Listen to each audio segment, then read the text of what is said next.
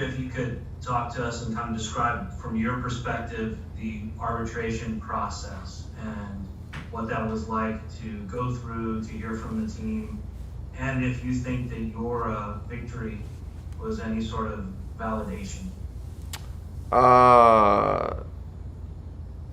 That's a good question. The process in and of itself, it's not a fun process, to be honest. It just sucks. I mean, you're going back and forth with the team trying to figure out, you kind of value, you pick your value, they pick your value, and you hope to come to an agreement, and if you can't, then you leave it up to go into a hearing, which is not a fun process. I mean, it's just a long day for everybody to kind of be there and be a part of it. I don't know if I'd look at it as validation. I mean, we never kind of came off where we were at. We stuck with our guns, and at the end of the day, ended up being right. Could have gone the other way, and would have just had to look in the mirror and kind of think back on, kind of if where we went wrong. I mean, in a situation like that, we stuck to our guns. I've kind of always been that way, and it kind of sucks to have to look at something like that as a victory. You kind of just hope that it would have taken care of itself, but sometimes that's just the way things go. Do you have any frustrations through the process, given perhaps how close you guys got to coming to an agreement without a hearing? And do you think this does change your relationship with the organization at all? No, I don't think it changed my relationship with the organization at all. I mean, from the get-go for the past 2 years, it's always been, typically with the process of things, the arbitration process in and of itself is pretty bad. It doesn't account for any type of inflation. You're going back on look-backs on guys 5, 6, 7 years ago where salaries have gone up, and you're still going back on look-backs, and then especially after a year like 2020 where that was a different year, and you're trying to you've got comparisons, and they're trying to go back and compare to guys who were hurt, but it's just that wasn't never the situation. It was just a different type of year, so it was weird, especially going into this year. But it's all the process in and of itself that we have. You kind of see it. You see the 3 different routes that you can go in terms of being a young player, especially with position players. When you look at Tatis, Acuna, and Soto, and all 3 of them have taken a different route. Tatis signing his big deal. Congrats to him. That's awesome. Deserves every bit of it. And then you got Acuna. He signed his big deal. I don't know what it was, 2 years ago. But then you look at the comparison between him and Tatis, and the type of deal they got, and you see the difference there, and the situation it puts players into. And then you got Soto, who is on the same level with both of them, and he's gonna make, I don't know what he got in his first year of ARB, but it's not on the same level of them. And he's got he had this year, and he's got 2 more years before hitting free agency. So you see the 3 different routes you can go as a player, whether you're as a young player, whether you are a pitcher or a position player, but you're seeing it right in front of your eyes of how difficult the system is to manage as a player, and which way you want to take it. So, Soto's going to get his in time, but it's just more time. If he was, you see with what Tatis got, and Soto's going to be right in line for one of those as well. So the process makes it difficult to manage on a player's end and from an organization standpoint. But you see it right there with the Padres giving Tatis what he is, where they don't have to do that. You can stay and play within the system. You can stay and play within the rules of the system and kind of hide behind it, or you can take care of your young guys the way that he was. So every organization handles things differently. How would you describe the tone of the arbitration hearing? Do you draw motivation from what you heard from the team? Did it sting at all? No, I don't have to draw any extra motivation from anything. None of that, really. I don't look for outside motivation. Jeff Jones, Belleville News Democrat. Jack, in mentioning obviously the fact that Tatis took and that Acuna took as well, that was involved relatively long extensions for a player before reaching the free agent market. Is that a path you would be interested at this point? I mean, you've already gone through 1 year arbitration now. Are you looking hopeful that those conversations could start maybe in earnest this spring or going into the winter? I mean, you control what you can control. That's the simplest. That's the simplest thing. You control what you can control, and for me, all I can control right now is I take care of my business in the days in between, take care of my business in the weight room, take care of my business on the field, and then especially when I get on the mound. That's all I can worry about. That's all I can try to focus on, and trying to do everything I can to help this team go out and win, and making sure that I'm in the best place that I can each time I take the mound. Zach Silver, MLB.com. Sorry, I think just one word real quick. How much did that process change for you this winter, Chad, with the starts and stops last year and then the loadout missing not being quite what it would be for a normal year? How much is your winter different in that preparation standpoint? It was only different in the fact that we went into the offseason feeling pretty good. Like, it wasn't really a heavy load last year at all. So that was the only thing. Otherwise, it felt good to have a normal offseason, a normal prep with a start date that kind of wavered here and there because, we weren't sure, even though, everybody behind the scenes, we all kind of knew what the start date was, but they kind of tried to throw it up in the air as if we didn't really know that we were going to start on time. So, it was good to have a normal offseason, normal schedule. Zach Silver, MLB.com.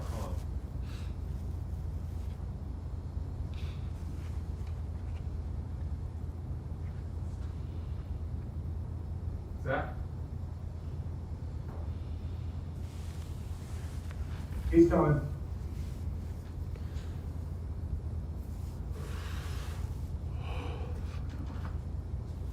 All right, Jim Hayes, Fox Sports Midwest. Hey Jack, how you doing? Hi, Jim. There was a chance, due to free agency that Gotti could have moved on. Both of them there in camp. Obviously, you guys are. What does it mean to have those guys there as part of the team for this season? It's exciting. It's exciting to have those guys back. It would have been a weird, different feeling to if they weren't here. But anytime you can bring those guys back, you can bring those leaders back to this team, and just that camaraderie and that team chemistry, it just keeps flowing. It keeps things going. So you can never say enough good things about both of them. Thanks. Randy Carricker, ESPN Radio. Before last year, the Cardinals treated you with kid gloves kind of after the COVID breakout. And I know you're a guy that likes to take the ball every time and give 7, 8, 9 every time. So how do you feel about that? That they didn't kind of let you do what you like to do, which is be that number one that's that horse every time out? Oh, it was a smart move.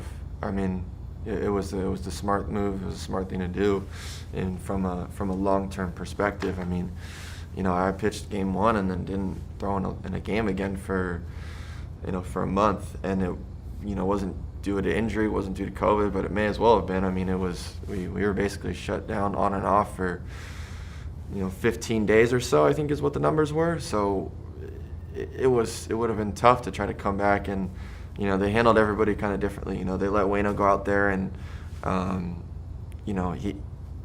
they let him go out there and do his thing, which was a smart thing to do. But for me, I appreciated actually being handled that way, just from a long-term aspect and looking at the long-term health of everything, and the amount of starts and stops that we had right there, and the time off from start 1 until start 2, it just made the most sense. It was weird. It was hard to try to navigate, considering it wasn't due to injury. Nothing was hurting. Nothing was bothering me. So, but it was a smart move. It was something that was definitely appreciated. And then one more quick thing, just going back to the arbitration for a second, because just to clarify your meme, Derek asked about the hearing. You didn't take anything personally in the hearing. It's just the process that you're kind of taking personally. Is that the way we should read the personally mean? Yeah, the process of itself. I mean, you can take it however you want, but the process of itself is just it's something that you don't want to go through. You hope to come to an agreement, and if you can't, you can't, and you hope at the end of the day that you're right, and in this instance, I guess that's the way it was seen. So it was just good to come out of there and good to be done with it. All right, we'll try Zach Silver again, MLB.com. Good now? Yes. Okay. Jack, I'm curious, after this last season where a lot of athletes started using their platform and being a little more outspoken on some issues, kind of how you see that playing into this year, and particularly the offseason. I know, the cold tour got canceled in LA, but just kind of getting into some of those actions and taking some of the more grassroots approaches, how you kind of reacted to that and appreciated how it's gone. Yeah, I don't think that's something that's ever going to go away. You saw it a lot this past year with people speaking up and getting together and, being able to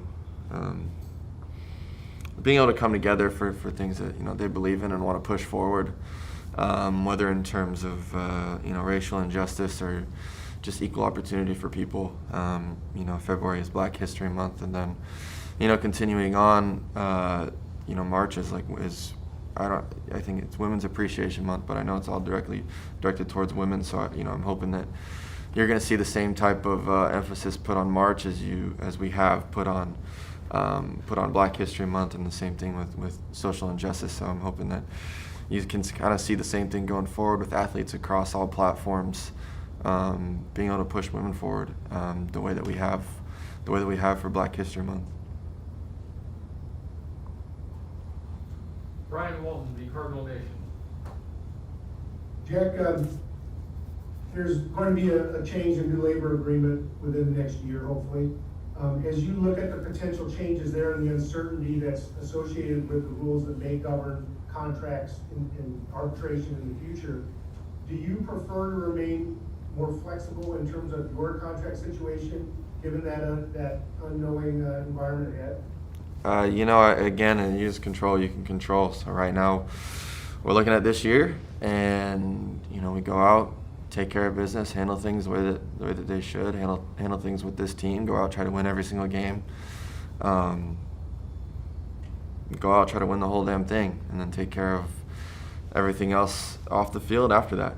Take care of the CBA negotiations and work through that, and then you see kind of what comes out of that before anything else. So it's one of those things, like I said before, you can control. All this other stuff that goes on away from the field is it's all out of our control right now. So and me personally, I got to focus on what goes on in here, what goes on in this locker room, and what goes on with these guys, and just trying to keep everybody together and working towards the end goal. Thank you. Brendan Schaefer, KMOV TV. Jeff, given the limited workload from last year, do you have to, entering this season, kind of continue to temper your own expectations for yourself with regard to workload? Keep an eye on long-term health, the way you mentioned was a priority before. That's a good question. I'm not too sure. That's going to be conversations between myself and the team.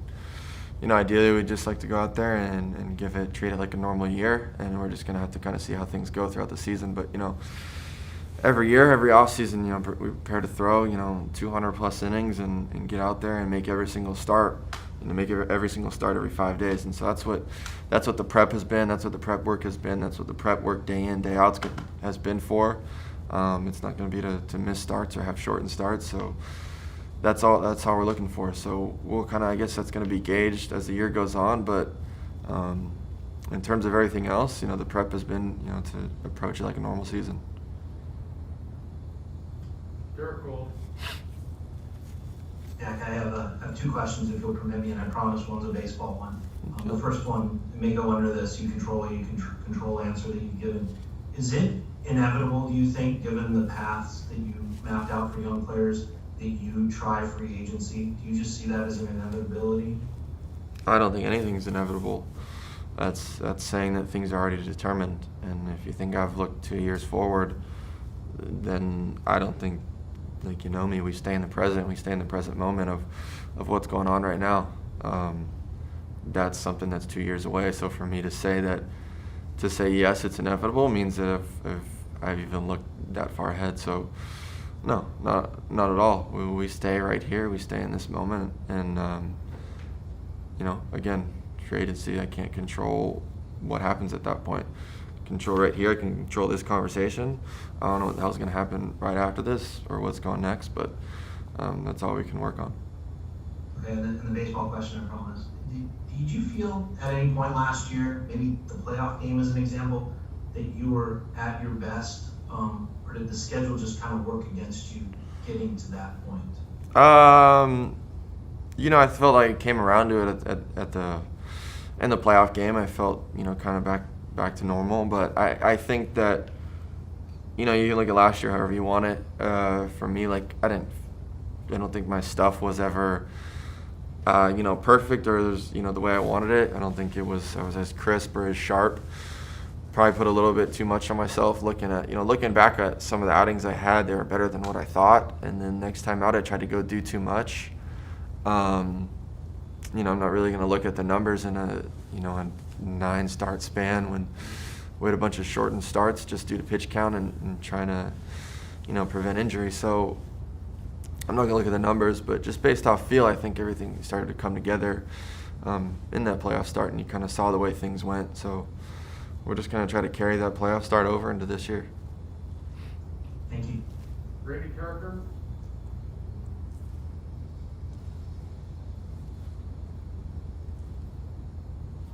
Brendan Schaefer?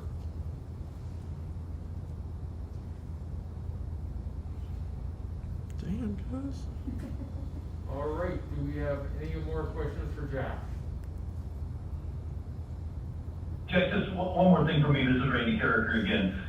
You talked a lot here about living in the moment. Phil Jackson always talked about that. Where did that come from for you? And are you good at that, at living in the moment?